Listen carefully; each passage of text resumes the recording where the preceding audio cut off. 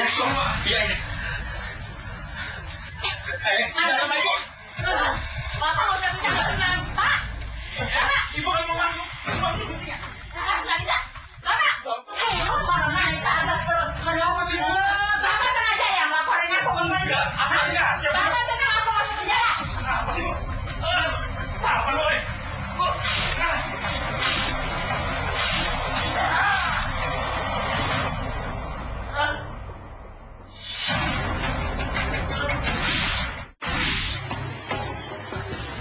Rabu, 26 Agustus 2015 silam, rekonstruksi kasus kekerasan dalam rumah tangga KDRT digelar. Polisi menyeret tersangka Sri Winarni ke lokasi kejadian di rumahnya di Perumnas Manis Rejo 2, Kota Madiun, Jawa Timur. Seketika itu juga warga berkerumun di sekitar lokasi. Mereka berusaha mengintip jalannya rekonstruksi. Warga ingin tahu betul bagaimana tersangka Sri Winarni menghabisi nyawa suaminya Sukirno yang berusia 62 tahun. Mulut, sekitar hidung, mulut itu kayak babras-babras begitu. Kayak gimana ya, gores-gores seperti itu. Kalau di lengan itu sepertinya itu, kalau kita awal ya melihat itu kayaknya sepertinya gigitan, maupun yang di dadanya seperti itu. Kalau yang di lain itu ya seperti babras juga. Kalau di mata itu ada kebiruan yang kita melihat itu, yang setelah kita melakukan pemeriksaan ya ternyata pukulan benda tumpul. Sri Winarni adalah seorang ibu guru di salah satu sekolah menengah pertama di Kota Madiun. Ia menghabisi nyawa suaminya Sukirno di tengah kehidupan rumah tangganya yang tak imbang. Sri Winarni masih bekerja, sementara Sukirno sudah pensiun. Belakangan Sri Winarni benar-benar lepas kontrol. Ibu guru ini larut dalam amuk amarahnya.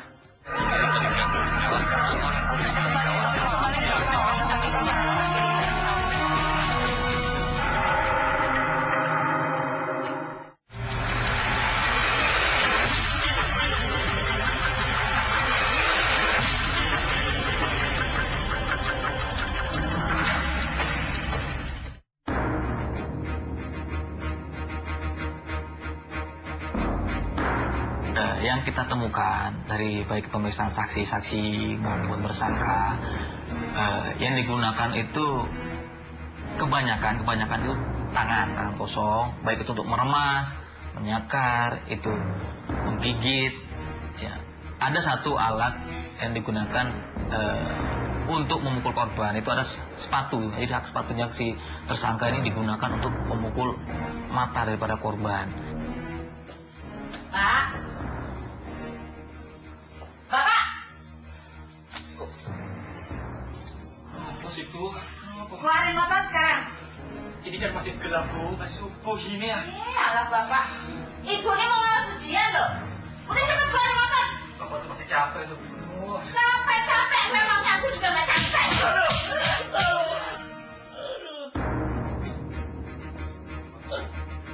Kami sempat ngobrol dengan dokter jiwa setelah melakukan pemeriksaan. Di antaranya adalah memang tersangka ini memiliki sifat dasar, dia yang pertama temperamen, yang kedua dia pembohong.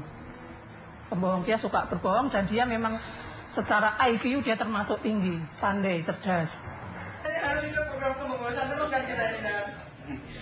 Itu kita kenakan pasal 44 ayat 3, Yunto pasal 5, subsidiar pasal 44 ayat 2, Yunto pasal 5 Undang-Undang nomor 23 tahun 2004 tentang penghapusan kekerasan dalam rumah tangga, Yunto pasal 64 ayat 1 KUHP. Ancamannya kalau untuk KDRT itu 15 tahun.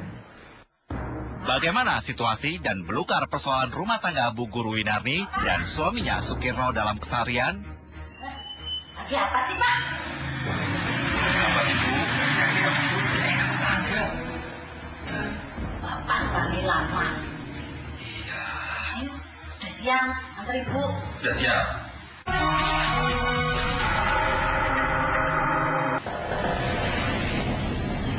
Sri Winarni dan Sukirno sejak tahun 2003 menjalani hidup di rumahnya di Jalan Dita Manis, Perumnas 2, Kelurahan Manisrejo, Kecamatan Taman, Kota Madiun.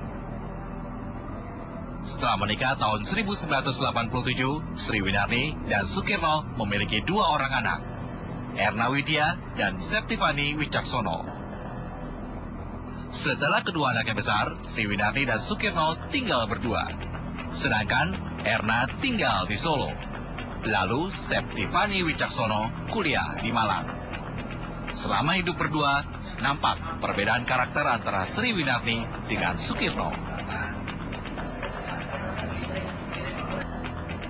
Pak! Antar ibu, Pak!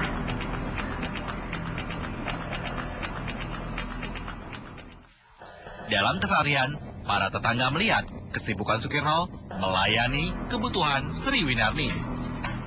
Sukirno mengerjakannya setiap hari. Bapak? Pak? Bapak? Iya, sebentar tuh, Bu. Lagi apa sih, Pak? Apa sih, Bu? Bapak panggil lama. Udah siang, antar ibu. Udah siap. Yowes, ayo. Dari situasi masing-masing personal ini, nampak Sukirno lebih punya banyak waktu luang lantaran tak bekerja lagi. Sebentar, Bu ya. Ya, Bapak Sukirno itu bagus. Jadi sehari-harinya memang dia sudah pernah. Tapi setiap hari-harinya itu sama tetangga bagus. Kegiatan warga RT, rumah, kerja bakti, ada hajatan, itu selalu hadir. Apalagi sholat 5 waktu selalu hadir. Bahkan sama saya kalau subuh, kalau sore, isya, maghrib itu selalu hadir. Lainnya, para tetangga menganggap Sukirno memiliki pembawaan yang tenang. Sukirno irit berbicara. Secara pribadi dia itu pendiam dan sedikit tertutup lah untuk masalah keluarga. Jadi komunikasi dengan lingkungan itu memang dia agak tertutup, terutama untuk masalah pribadi, kekeluargaan itu agak tertutup. Begitu ringan tangan dan tubuh Sukirno memberi pelayanan buat sang istri. Rasa-rasanya beban Winarni pun terbantukan. Selain ia memikul beban bekerja sebagai pengajar. Dulu, Bu ya.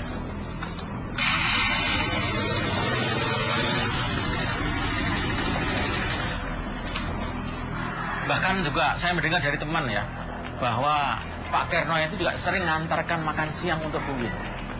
Karena Bu Win itu kan kadang-kadang ngajar sampai sore hari. Ada sampai terbuka ngajar sore hari. Sehingga untuk makan siang itu mungkin ditelepon, di SMS ya, Pak Kerno ke sini mengantarkan bungkusan rantang gitu ya.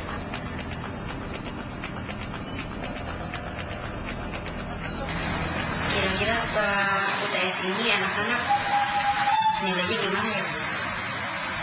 Aduh, murid saya nih sepertinya agak menurun dibanding semester kemarin ya. Begitu Pak. Ya, saya kok belum pulang. Hari ini saya pulang sore. Lagi pula ada sertifikasi. Kebetulan saya juga lagi koleksi hasil UTS anak-anak. Ya, sepertinya kalau saya lihat-lihat nilainya saya bergegas. Syukur ibu.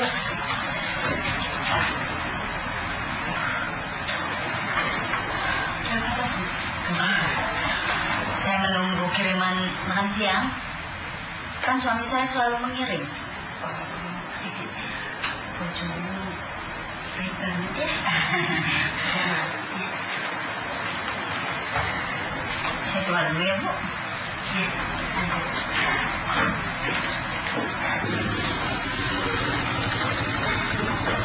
Maaf, Bu.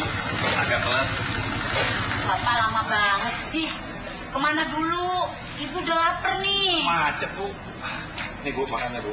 Naik motor kok macet. Lapar, Bu, ya? Iya. Yaudah, Bu. Siap, Pak. Iya. Pulang dulu, Bu, ya. Sikap Sukirno memberi nuansa romantisme sebagai pasangan suami istri. Tak jarang orang-orang melihat kagum pada pasangan ini. Aduh, senangnya yang dapat kiriman dari suami tercinta. Saya jadi iri loh, Bu. Biasa, kita makan sama-sama yuk.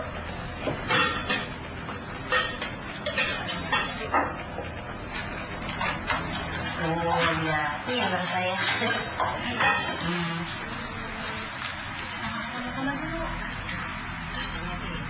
Saya nyicipin ini aja, soalnya ini jam saya sudah pulang. Jowes, monggo. Itu saya pulang. Bu, saya minta timunnya aja ya, biar adem hatinya. Hati-hati ya. Assalamualaikum. Waalaikumsalam. Tapi kegetalan Sukirno melayani Sri Winarni juga mendapat sorotan miring.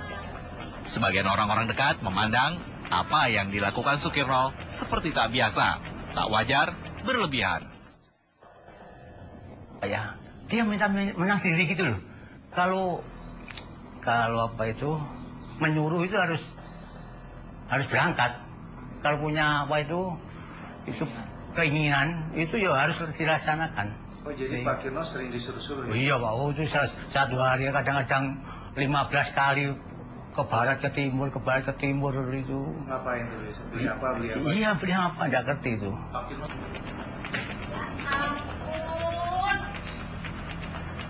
Pak! Bapak! Masa nggak ada makanan di meja? Bapak! Ada apa sih, Bu? Kok teriak-teriak aja? Kenapa sih, Bu? Bapak lihat nggak? Masa di meja makan cuma ada ikan asin? Bapak tuh kerjanya apa aja seharian di rumah? Ya, Bapak kan nyuci segala macam di belakang tuh, Bu.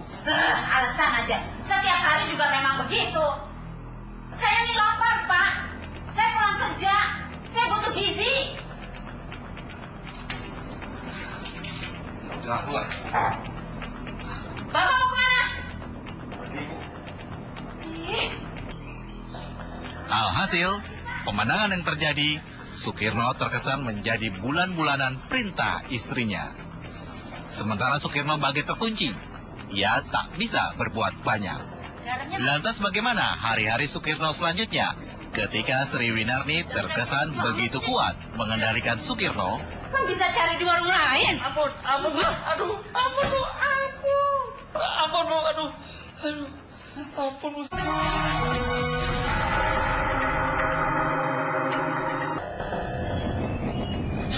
Sri Winarni dan Sukirno, suami istri yang memiliki karakter berbeda. Hari demi hari jurang perbedaan keduanya terkuak. Bahkan perbedaan tersebut bukan lagi jadi rahasia rumah tangga Sri dan Sukirno. Banyak orang sekitar tahu ada aroma tak sedap dari hubungan suami istri ini. Para tetangga pun tak segan menggunjingkannya. Terlebih mereka melihat Sukirno yang terkesan tak punya daya. Pak. Bapak. Ya, Bu. Ngapain sih? Itu lagi di piring, Bu. Ibu mau mandi. Masakin air. Ingat. Habis masak air. Tuh. Lihat. Halaman depan. Kotor semua. Sama persis kayak Bapak. Jangan mentang-mentang udah pensiun. Terus maunya nganggur aja. Cepetan. Ya, Bu.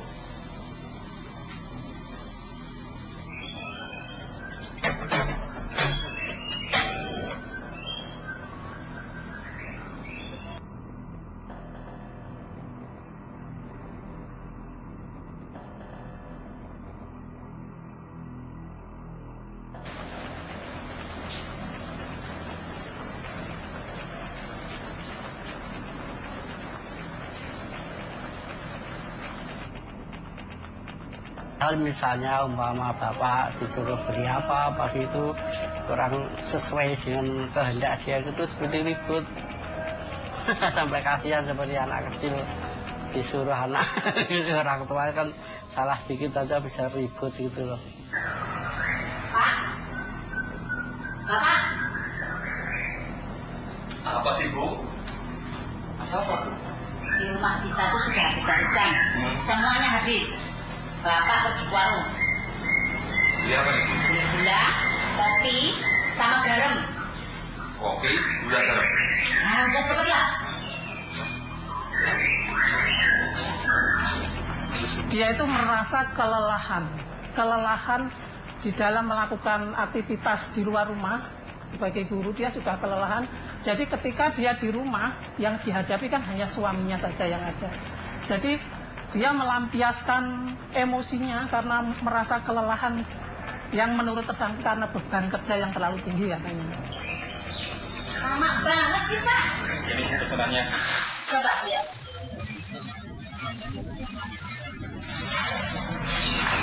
Nah. Garamnya mana? Habis, Bu. Gula habis. Gak kreatif banget sih. Ya, Kan bisa cari di warung lain. ampun, Bu. Aduh, ampun, Bu. Ampun, Bu. Aduh. Ampun, Bu. Biasaan. Ampun, Bu. Akhirnya perkara sedikit saja dia cenderung melakukan kekerasan. Ketika saya tanya lagi, sejak kapan saudari melakukan kekerasan kepada suami? Terus dijawabnya mulai 93. Saya tanya lagi, kenapa 93 padahal menikah dari tahun 87. Drama rumah tangga Sri Winarni dan Sukirno melebar hingga keluar rumahnya. Sampai situ, kemarahan Sri Winarni seperti tontonan terbuka. Bahkan suatu saat warga menemukan suami berada di luar rumah tengah malam dalam kondisi luka. Ketika ditanya oleh warga, kenapa di luar rumah? Dikunci sama istrinya. Jadi istrinya di dalam, suaminya di luar, dikunci dari dalam. Itu kenapa lukanya? Dianiaya oleh istrinya. Bu. Ibu. Mana sih, Bu? Dari mana, Bapak? Hah? Anu, Bu. Dari rumah tetangga, Bu. Ngapain di rumah tetangga? Hah? Main aja, Bu. Ibu nih nyariin Bapak dari tadi. Makan main. Sekarang ini aja deh. Bapak pergi aja keluar. Bu. Gak usah pulang lagi. Bu. Ibu. Ya. Bu. Bu. Ibu. Nanti luar lagi nih. Waktu itu di muka. Saksi tidak jelas di bagian mana, pokoknya melihat luka di wajah Pak Kirno. Kemudian warga yang menemukan melaporkan ke Pak RT bahwa ada kejadian seperti ini ke Pak Kirno. Kirno? Pak? Pak? Kok tidur di sini, Pak? Iya, Mas. Aku nggak boleh masuk rumah sama ibu. Aku lupa tidur di sini ya. Itu mukanya kenapa, Pak? Oh, ini hanya kejedot pintu, Mas. Nggak apa-apa kok. Iya, saya keliling ya, Pak? Oh, silakan. Mari, Pak. Iya, monggo.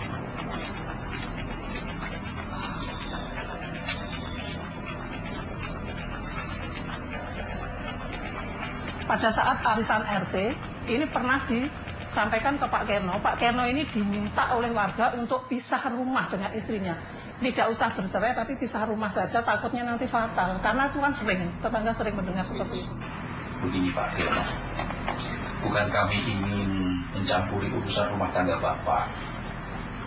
Tapi saya sering mendengar keluhan warga yang mendengar teriakan dari rumah Bapak. Dan ini sudah berlangsung lama, Pak. Benar Pak RT, saya pernah waktu hendak melihat Pak Kirno tidur di pos kamling. Katanya sih habis diomelin istrinya. Betul Pak Kirno, ini demi keamanan Pak Kirno sendiri dan juga warga di sini. Dan kami hanya menyarankan Pak Kirno cukup pisah rumah aja, tidak perlu bercerai. Terima kasih atas saran bapak-bapak semua. Tapi berhubung saya kan sudah lama berumah tangga, lagi pula anak saya juga mau lamaran Pak. Jadi ya saya tuh nggak bisa Pak. Ya itu sih terserah Pak Kirno. Kami hanya menyarankan aja Pak. Sifatnya kan hanya meminta, nggak bisa memaksa begitu. Tapi Pak Kirno menolak karena ya alasan dia sebentar lagi mau mantu dan sebagainya. Ya sudahlah, akhirnya menerima apa adanya, katanya nggak apa-apa. Ya. Hari-hari di bulan Agustus silam, nampaknya situasi rumah tangga Sri Winarni dan Sukirno makin memburuk. Situasi itu terjadi jelang proses acara lamaran sang anak, Erna. Lalu di antara dua persoalan itu, Sukirno tetap tak berdaya. Ia kembali mengalir mengikuti arus kehidupan rumah tangganya. Awas ya.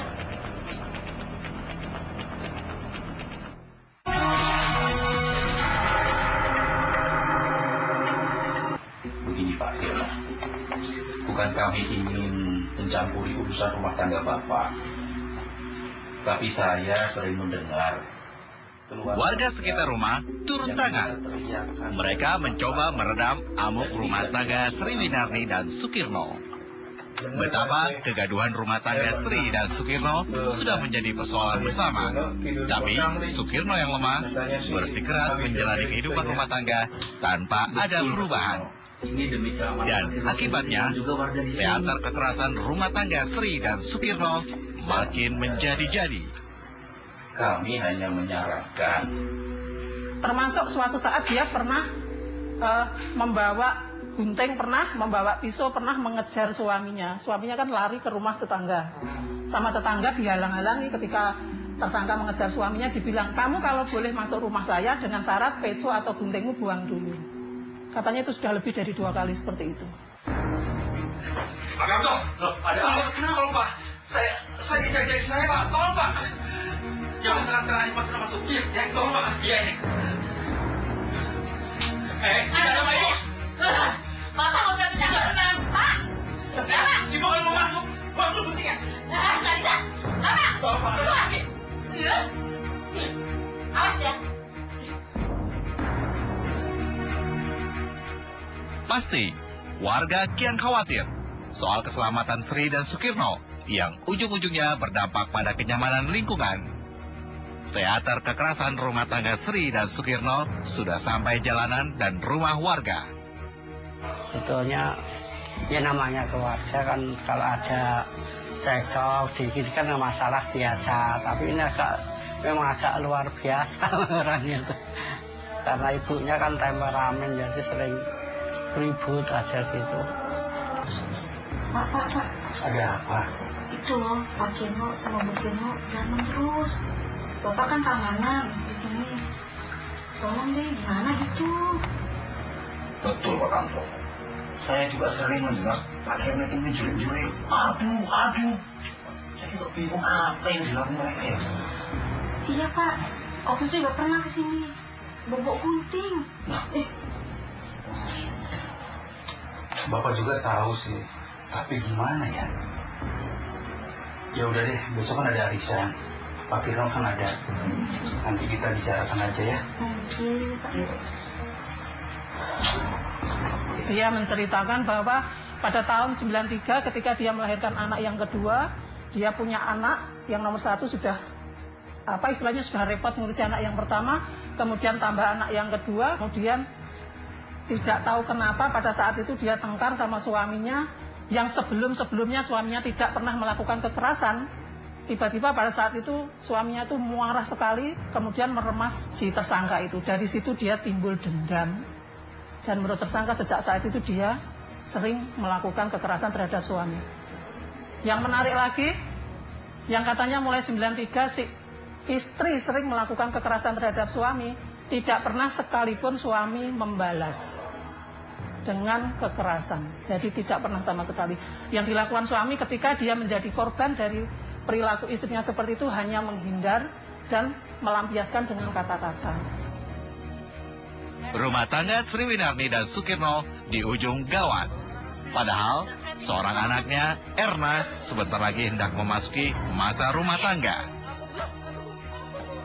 Akankah sang anak bisa jadi obat peredam kegaduhan rumah tangga Sri dan Sukirno? Turun malah naik ke atas terus. Ada apa sih, Bu?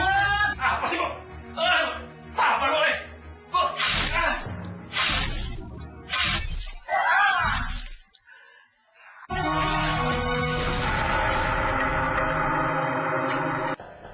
Alhamdulillah ya, Dok. Minggu 9 Agustus 2015, Sri Winarni dan Sukirno usai menggelar acara lamaran sang anak, Erna. Sebuah perjuangan Sri dan Sukirno membesarkan Erna telah berbuah. Sebentar lagi, Erna hendak menempuh biduk rumah tangga. Tapi suasana girang itu nampaknya tak jua mampu meredam amuk Sri Winarni. Sekejap saja, amuk Sri kembali meletup. Emang Bapak aja yang capek? Aku nggak capek gitu. Bu, gantian dong, masa aku terus. Bapak nggak boleh begitu. Di sini aku yang capek, bukan Bapak. Cepat. Ini bukan tugas apa, tugas Ibu. Ngerti kan? Oh, jadi Bapak tuh udah mulai berani ngelawan aku? Bukan berani. Ini apa sih? Ini urusan orang tua. Kamu nggak usah ikut campur. Sana, pergi sana. Bu, ribut terus. Teater kekerasan Sri Winarni tak peduli situasi. Erna dan Sukirno pun tak habis pikir. Hari Minggu tanggal 9 lamaran. Nah itu prosesnya lancar atau gimana? Lamaran itu sebenarnya prosesnya lancar, cuma kan yang namanya punya hajat kan ya kecapean seperti itu. Terus lagi-lagi Bu Kirno berkeluh kesah perkara kegiatan lamaran itu. Saya itu sudah capek fisik Bu Ambar. Hari Minggu, tidak salah tanggal berapa itu, dia lamaran. Anaknya perempuan yang itu, anak perempuan itu dilamar. Hari Minggu. Acaranya di sini? Ya, di sini. Terus selesai, ya, jam berapa selesai. Terus katanya malam itu sudah geger. Erna,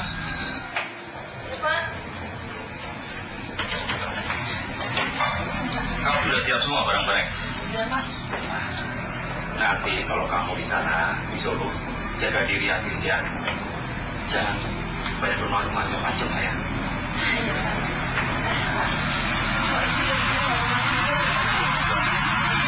Tidak sudah berapa itu. Tidak apa-apa. Ya masuk ya. Ayo, silakan. Ayo.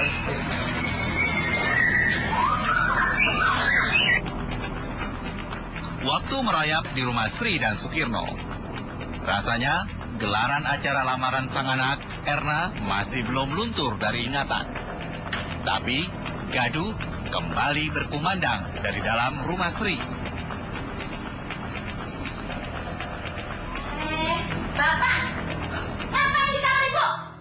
Ini Bu, aku nyari askes. Besok aku mau berobat. Loh, kamar Bapak kan di atas. Ini kamarku. Tapi perasaan taruh di sini, Bu. Ya nggak mungkin lah. Ngapain Ibu ngambil-ngambil askesnya Bapak? Nggak ada urusan banget, nggak penting banget. Itu di mana, Bu? Ya Ibu nggak tahu. Udah, keluar. Keluar. Iya, iya. Ngapain sih? Kumandang gaduh menembus dinding rumah Sri dan Sukirno. Para tetangga kembali bereaksi. Mereka melapor polisi. Saya lihat TV, terus kira-kira berapa menit, 15 menit atau berapa itu ada budak-budak lagi di depan saya ini, di jalan itu. Itu malam? Iya, ya, masih Selasa itu loh. Selasa? Iya, Selasa malam lagi dah. Kan tadi kan jam maghrib itu kan geger. Terus malam ada teriakan lagi? Ya, terus di depan itu ada budak-budak. Saya lihat itu ada ya pengecatan RT. Itu kan ada surat.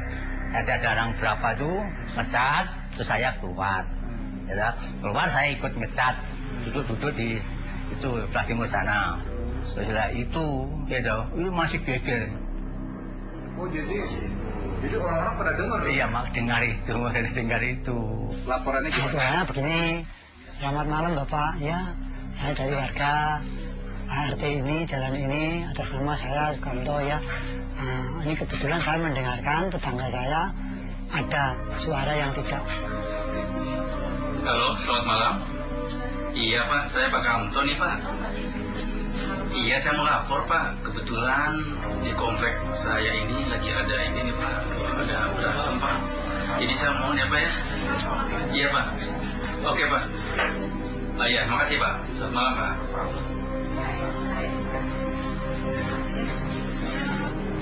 Ini hanya masalah rumah tangga yang berakibat seperti itulah, kekerasan itu. Motifnya sebenarnya permasalahannya sepele, Mas. Sepele. Kita tanyakan ke tetangga pun sepele permasalahannya. Ya, selamat malam Pak. Selamat malam ya, Betul Pak. Begini Pak, saya dari Polsek dan saya dapat laporan dari warga kalau di sini terjadi pertengkaran. Ada apa ya Pak? Begini Bu, ada warga yang melapor bahwa di sini terjadi pertengkaran. Enggak benar. Enggak ada Pak. Iya, enggak ada apa-apa kita ya. Benar Bu, tidak ada apa-apa. Silahkan diperiksa Pak. Iya, silakan Pak. Baiklah, tolong jaga ketenangan di sini, jangan sampai ada pertengkaran. Iya, kalau kasih Pak. Saya permisi. Mari Pak. Selamat malam. Ya. Terima kasih Pak ya.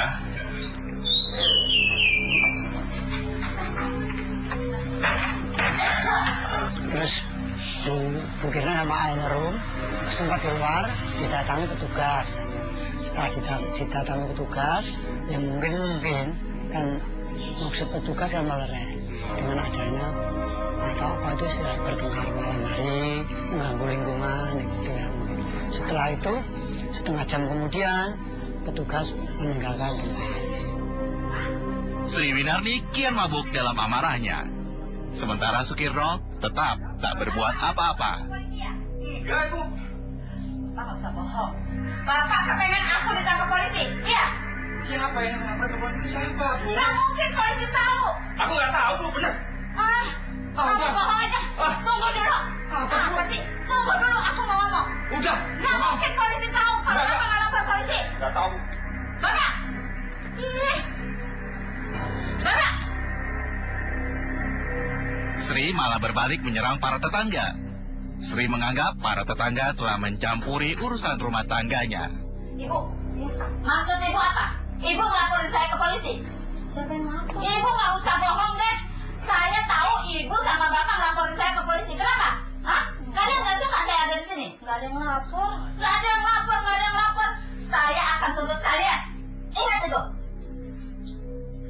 Itu habis polisi pulang, selesai polisi Polsek Taman pulang dari rumah tersangka karena mendamaikan itu tersangka langsung datang ke rumah sebelah kirinya, gandeng. Kedatangannya ini intinya juga melabrak. Kenapa ada polisi datang ke sini? Pasti tetangga saya kanan kiri yang lapor ke polisi.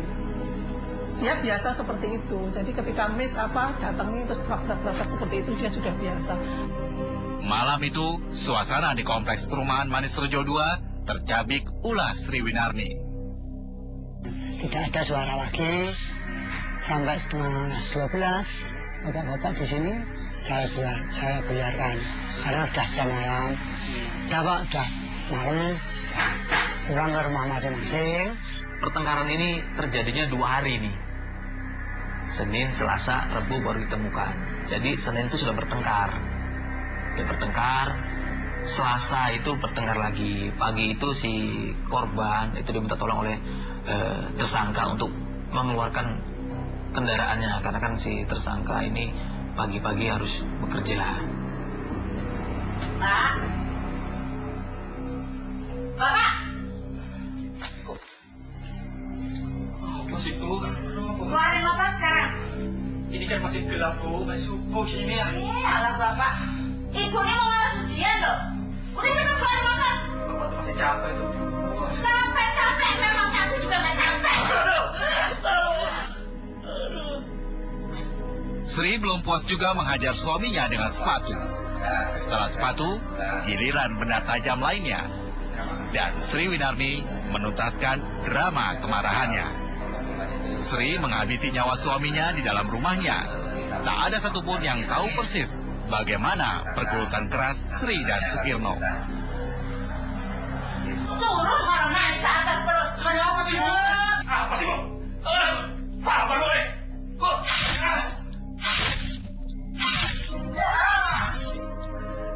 Rabu pagi kan dia kan kerja. Ya, Pak Kirno tidak keluar sama sekali. Sepeda motornya ada. Gitu loh. Ya, saya curiga saya itu kok sepeda motornya kok ada tapi orangnya tidak keluar sama sekali.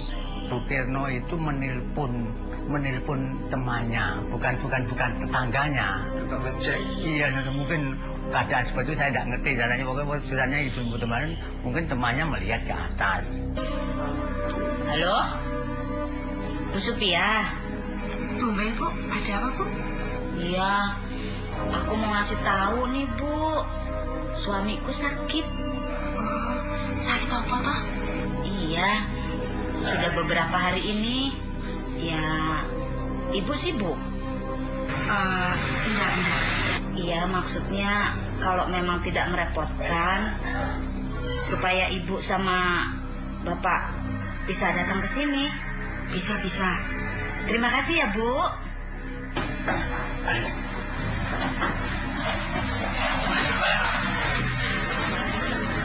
Pak Kirno. Pak, gimana tuh Pak? Dari tadi kok nggak bangun-bangun? Iya, mau di mana? Katanya sih Bu Winsi, katanya Pak Kirno ini kena penyakit hipertensi. Oh, betul. Iya, siapa tahu dia kena hipertensi beneran. Maksudnya sakit hipertensi beneran. Iya. Tapi Bapak curiga, Bu. Curiga bagaimana tuh Pak? Ya tuh. Ada bekas luka cakaran sama pukulan. Oh alah. Terus makin hembal. Iya Pak.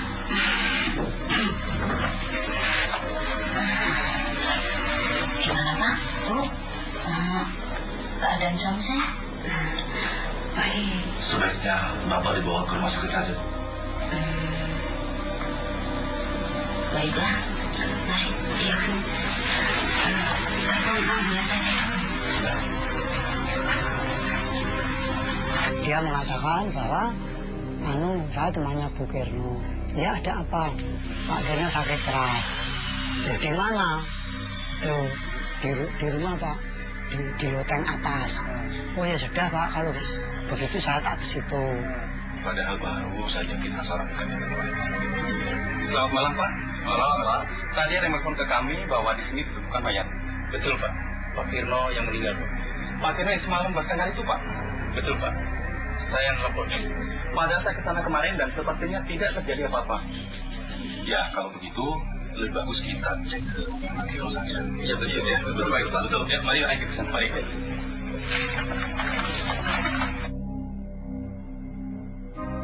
Sukirno mati.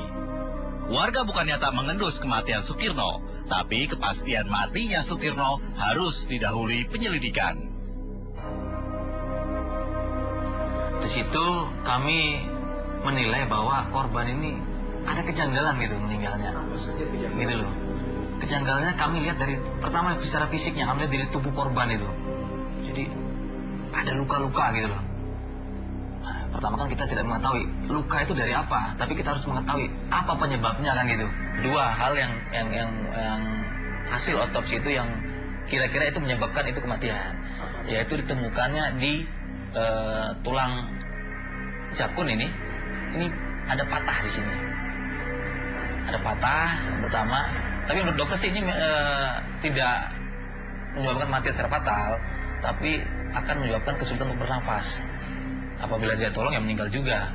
Nah yang kedua, di batok kepalanya belakang itu ada penggumpalan darah sebanyak itu 100 cc itu. Nah itulah yang kemungkinan fatalnya itu ada. Penggumpalan darahnya kemungkinan itu bisa benturan, bisa karena dia hipertensi kan itu pecah pembuluh darahnya.